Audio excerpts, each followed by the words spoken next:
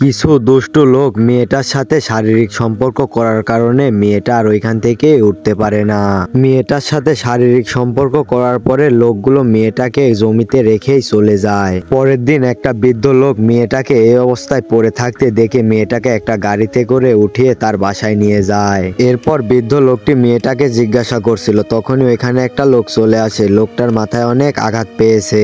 এরপর ছেলেটা বৃদ্ধ লোকের কাছ থেকে সাহায্য চায়। বৃদ্ধ লোকটা ভেবে চিন্তে ছেলেটাকে সাহায্য করতে রাজি হয়ে যায় এবং ছেলেটা রুমে এসে বসে। ছেলেটা অনেক ক্লান্ত ছিল, তাই বৃদ্ধ লোকটা ছেলেটাকে বলে, তোমার কি হয়েছে?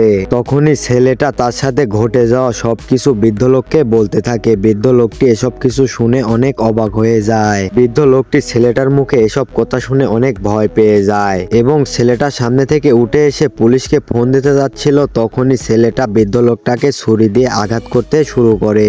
বন্ধুরা, আজকের ভিডিওটা এই পর্যন্তই। পার্ট 2 এর জন্য পেজটা ফলো করে সাথেই থাকুন। ধন্যবাদ সবাইকে।